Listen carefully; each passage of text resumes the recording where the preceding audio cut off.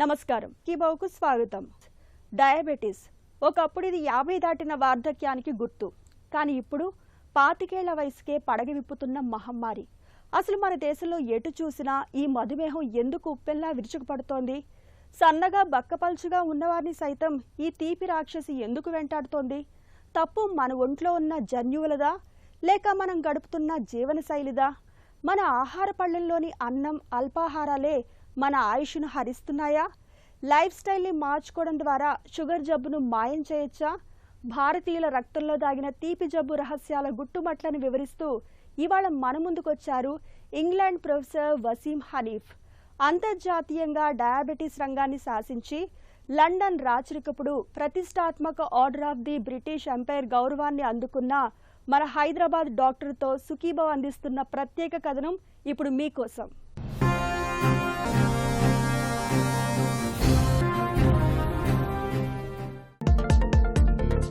హైదరాబాదు మట్టి నుంచి ఎదిగి గత 3 దశాబ్దాలుగా ఇంగ్లాండ్ గడ్డపై ఉంటూ అంతర్జాతీయంగా డయాబెటీస్ రంగానికి అత్యుత్తమ సేవలనందించారు ప్రసిద్ధ మధుమేహ నిపుణులు ప్రొఫెసర్ వసీం హనీఫ్.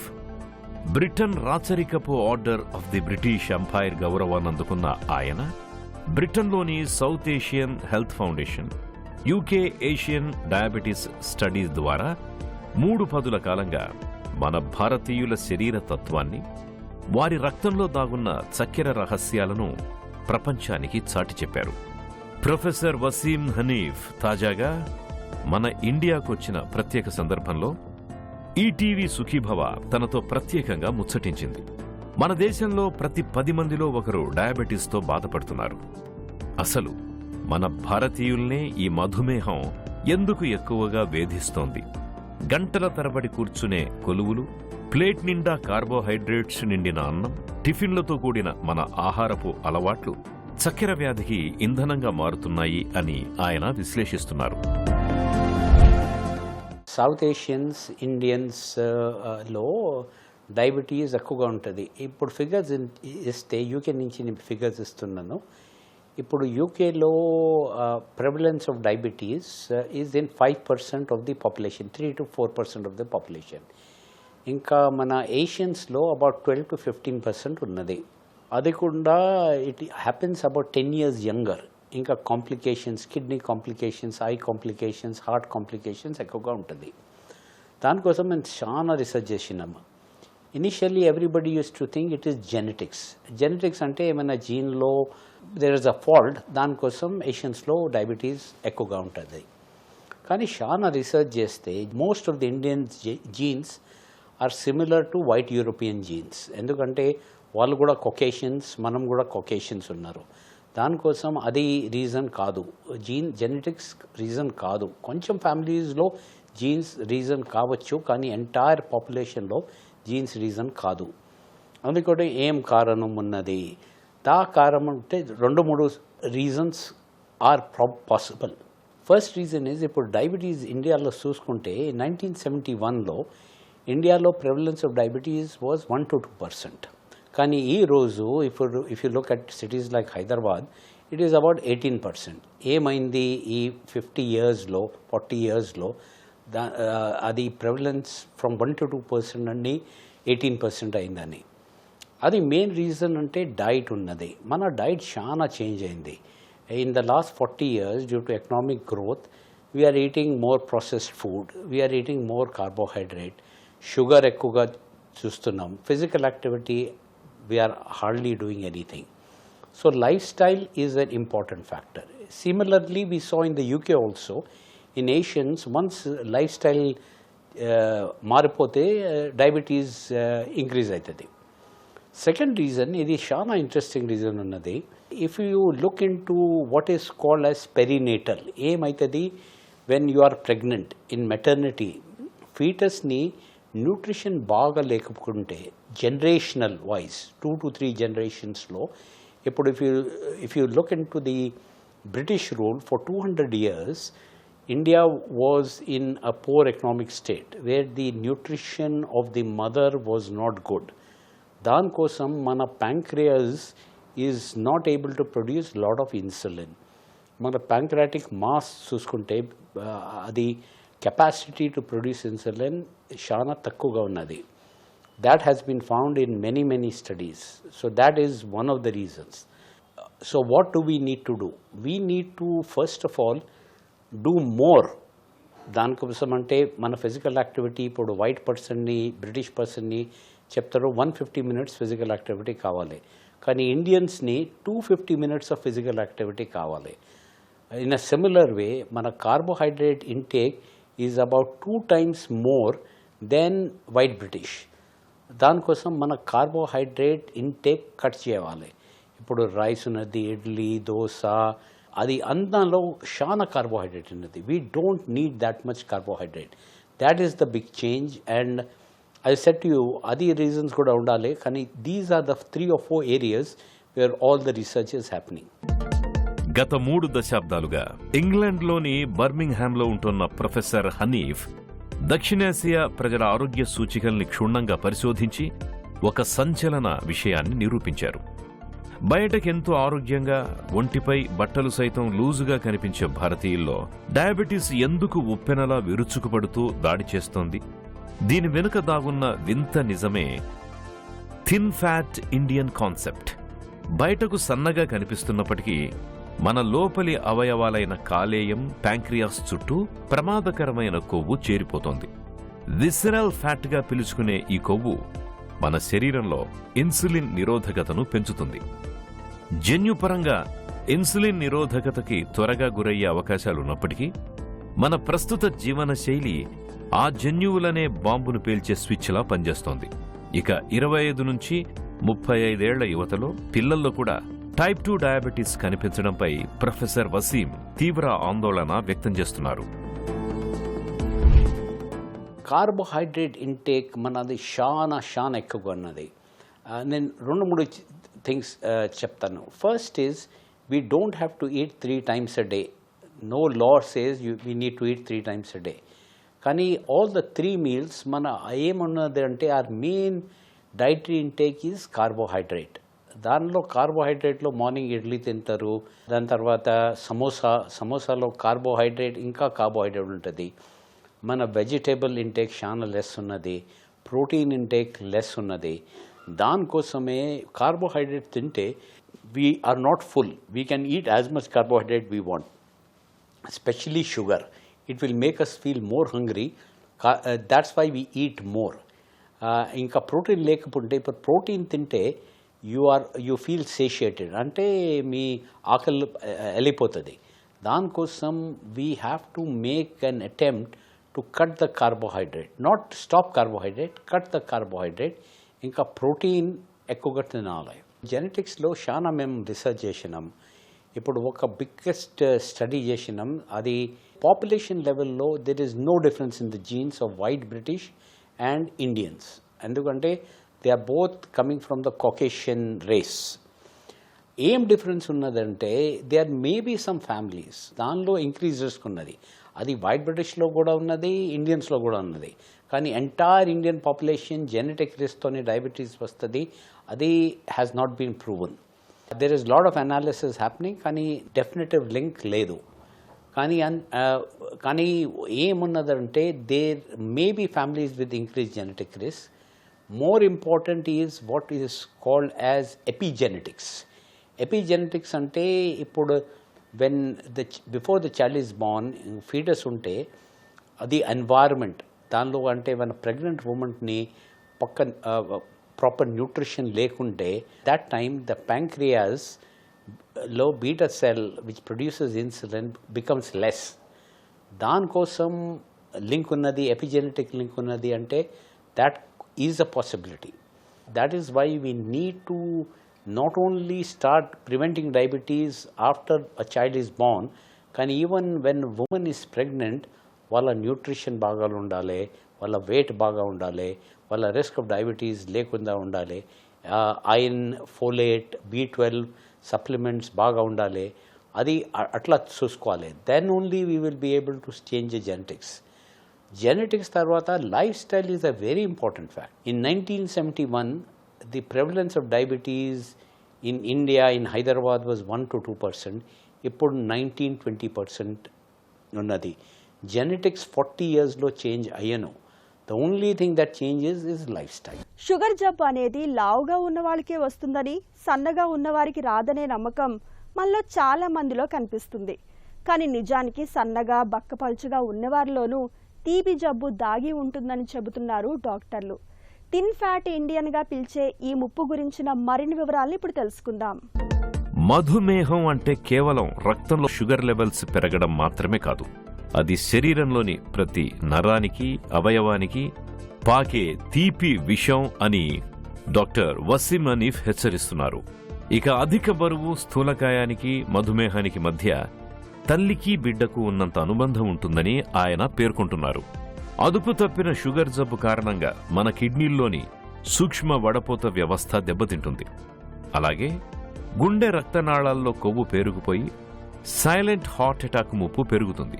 పైకి లక్షణాలేవి కనిపించవు, కానీ లోపల శరీరం మాత్రం వ్యాధుల కుంపటిలా మారిపోతూ ఉంటుంది. అందుకే షుగర్ జబ్బు విషయంలో దాన్ని ప్రీ డయాబెటీస్ దశలోనే పసిగట్టాలి. కుటుంబంలో డయాబెటీస్ చరిత్ర ఉన్నప్పుడు 25 వయసు నుంచే HbA1c ఫాస్టింగ్ బ్లడ్ షుగర్ పరీక్షల్ని క్రమం తప్పకుండా చేయించుకుంటూ ఉండాలని ప్రొఫెసర్ హనీఫ్ సూచిస్తున్నారు. Thin fat Indian is very interesting. దీనిలో మనం చాలా రీసెర్చ్ చేసినాను. అయితే నేను కొంచెం కాన్సెప్ట్ ఎక్స్ప్లెయిన్ చేస్తున్నాను. ఇప్పుడు నేను when I'm talking to medical students, వాళ్ళను ఒక question I ask, why do we eat food అని. అందుకంటే మన food the main calories we required to stay warm. కానీ అంటే humans are warm blooded animals. So అంత మన ఎనర్జీ ఈ goes to keep us warm. అది బేసల్ మెటబాలిక్ రేట్ అంటారు. ఇప్పుడు ఇది బేసల్ మెటబాలిక్ రేట్ అట్లా వస్తుంది. ఇప్పుడు మన దగ్గర 4 types ఆఫ్ ఫ్యాట్ ఉన్నాయి. One is called brown fat, second is subcutaneous fat, third is visceral fat, fourth is fibrous fat. Brown fat is the best fat. ఇండియన్స్లో బ్రౌన్ ఫ్యాట్ లెస్ ఉంటుంది. Brown ఫ్యాట్లో ఏమైందంటే ఏమైనా తింటే that will burn it away. So మీ దగ్గర 1 gram 10 grams extra brown fat ఉంటే మీ వెయిట్ 1 kilogram లెస్ ఉంటుంది. Brown fat is the most effective fat, but Indians have less brown fat. దాని తర్వాత సెకండ్ ఫ్యాట్ ఉంటే subcutaneous fat. Subcutaneous fat is like a blanket, it covers the whole body. ఇండియన్స్లో envelope of subcutaneous fat is also less. అయితే the third which is the most dangerous fat is visceral fat. ఇది మన వేస్ట్లో ఉంటే fat, అది visceral fat. ఇప్పుడు extra calories వస్తే మన దగ్గర బ్రౌన్ ఫ్యాట్ లేదు, సబ్క్యూటేనియస్ ఫ్యాట్ తక్కువగా ఉన్నది. ఎందుకంటే ఎక్స్ట్రా క్యాలరీస్ విసరల్ ఫ్యాట్లో పోతాయి, అంటే అరౌండ్ ద స్టమక్ ఇంకా లివర్లో. Once you get visceral fat then the risk of diabetes increases. So అయితే మన ఇండియన్స్ని చూస్తే వాళ్ళ టమీ ఉంటుంది, కానీ వాళ్ళ లెగ్స్, షోల్డర్సు స్లిమ్ ఉంటాయి. అంతే వాళ్ళ BMI చెప్తే లెస్ BMIలో 25 BMIలో వాళ్ళ risk of diabetes is has high as a white British with a BMI of 30. దానికోసం the concept of thin fat Indian వచ్చింది. ఎందుకంటే వీళ్ళు థిన్ అపియర్ చేస్తారు, BMI తక్కువగా ఉంటుంది, కానీ రిస్క్ ఆఫ్ డయాబెటీస్ చాలా ఎక్కువగా ఉంటుంది. ఇంగ్లాండులో సాగిన అంతర్జాతీయ పరిశోధనలను ఉదహరిస్తూ డయాబెటీస్ బాధితులకి ఒక సరికొత్త ఆశల పల్లకిని ముందుకు తెస్తున్నారు ప్రొఫెసర్ వసీం హనీఫ్. ఒకప్పుడు ఒక్కసారి డయాబెటీస్ వచ్చిందంటే జీవితాంతం మందుల గుప్పెట్లోనే బతకాలి అనే బలమైన అపోహ సమాజంలో ఉండేది. కానీ సరైన ఆహార నియమాలు, క్రమశిక్షణతో కూడిన వ్యాయామం ద్వారా డయాబెటీస్ని రివర్స్ చేయడం లేదా పూర్తిగా నియంత్రణలో ఉంచడం సాధ్యమేనని బ్రిటన్ డైరెక్ట్ అధ్యయనంతో సహా పలు పరిశోధనలు నిరూపించాయని ఆయన స్పష్టం చేస్తున్నారు. మన భారతీయుల ఆహార పళ్ళ్యంలో 70% పైగా అన్నం వంటి పిండి పదార్థాలే ఎక్కువగా ఉంటున్నాయి. వాటి మోతాదులను తగ్గించి పీచు పదార్థాలు, ప్రోటీన్లు, ఆకుకూరల్ని ఎక్కువగా చేర్చుకోవాలి. అలాగే శరీర బరువుని 10 నుంచి 15% తగ్గించుకోగలిగితే కాలేయం, ప్యాంక్రియాస్ వంటి అవయవాల్లో పేరుకుపోయిన కొవ్వు కరిగిపోయి ఇన్సులిన్ ఉత్పత్తి మళ్లీ పెరుగుతుందని వసీం హనీఫ్ చెబుతున్నారు. Young adult type 2 diabetes. Diabetes రెండు వెరైటీ ఉంటాయి. ఒకటి అంటే టైప్ 1 డయాబెటీస్, అది చిన్న వయసులో అవుతుంది. Second is type 2 diabetes. కానీ ఇప్పుడు type 2 diabetes is happening in young people. ఎందుకు అవుతుందంటే the main risk factor is obesity. మన యంగ్ పీపుల్లో they are eating wrong kind of food, ultra process food, burgers, దీని తర్వాత తింటారు, ఎక్కువగా carbohydrate, sweets, ice creams, all these is causing obesity. Secondly, people are not doing physical activity. ఏమైనా ఆడలు games లేవు, అందరూ మొబైల్ ఫోన్స్ చూసుకుంటున్నారు, టీవీస్ చూసుకుంటారు, దానికోసం they are not active. That's why the children are getting fat. The reason we have to be very careful is these young people, if you develop diabetes under the age of 40 years, you lose about 12 years of your lifespan. 12 years less అయిపోతుంది. ఇప్పుడు nice ఏం చెప్తుందంటే, ఒక new recommendations వచ్చినాయి UK నుంచి. వాళ్ళు చెప్తున్నారు, if you are under 40 diabetes వస్తే 3 medicines should be started immediately, irrespective of what your sugar control is. అది మెట్ఫార్మిన్ అనేది ఒక SGLT2 ఇన్హిబిటర్స్ అని, ఎంపగ్లిఫ్లోజన్ లైక్ మెడిసిన్స్, ఇంకా GLP-1 అనలాగ్స్ అని వన్స్ వీక్లీ ఇంజెక్షన్స్ ఉన్నారు, లేకపోతే ట్యాబ్లెట్స్ కూడా వచ్చిన్నారు, ఇండియాలో ఉన్నారు. ఇది 3 tablets one at once should be started and they should be treated aggressively. ఎందుకంటే these are the people who'll develop complications ఎక్కువనే డయాబెటీస్లో. ఇప్పుడు మీకు డయాబెటీస్ వస్తే, ఇప్పుడు మీరు 70-80లో ఉంటే అది that will not cause harm. కానీ అండర్ 40, అండర్ 25, 30 వస్తే రిస్క్ ఈజ్ మచ్ హయ్యర్. ఇంకా కూడా research has shown, if you lose 10%, మీకు డయాబెటీస్ డయాగ్నోస్ అయిన తర్వాత ఇమీడియట్లీ విదిన్ 5 years, ఇప్పుడు 10% వెయిట్ తక్కువగా చేస్తే డయాబెటీస్ వెళ్ళిపోతుంది. It goes into remission.